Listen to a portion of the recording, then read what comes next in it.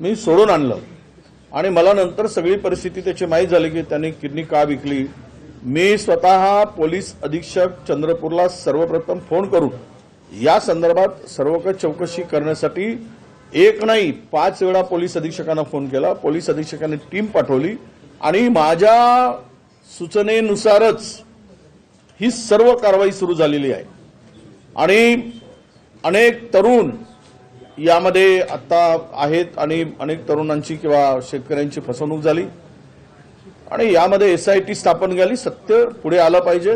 हे एक फार मोठं नेटवर्क आहे सावकारांचं आणि शेतकऱ्यांना पूर्ण जमीन हडपून त्यांना व्याजाने पैसे देऊन त्यांना चक्रव्याज व्याज लावून वारंवार म्हणजे या पोरांच्याकडून तर 1 लाख रुपये यांनी कर्ज घेतला आणि त्याला 74 लाख मोजूनही स्वतःची सर्व जमीन विकूनही या तरुण शेतकऱ्यांना सोडलं नाही आणि म्हणून आज नक्कीच यातून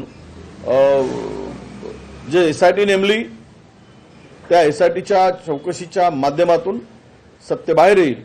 पण राज्यामध्ये शेतकऱ्यांना किडनी विकावी लागत आहे। शेतकरी जर किडन्या विकून सावकाराचं कर्ज फेडत असेल तर हे राज्यकर्ते म्हणून या गादीवर जे बसलेत राज्याच्या हे यांना भूषणावं आहे का? हे खरंच शेतकऱ्यांच्या या व्यथा यांना कळत नाही का? शेतकऱ्यांची ही सगळी परिस्थिती त्यांची किडनी विकेपर्यंत त्यांना कर्जासाठी परावृत्त केलं जातं।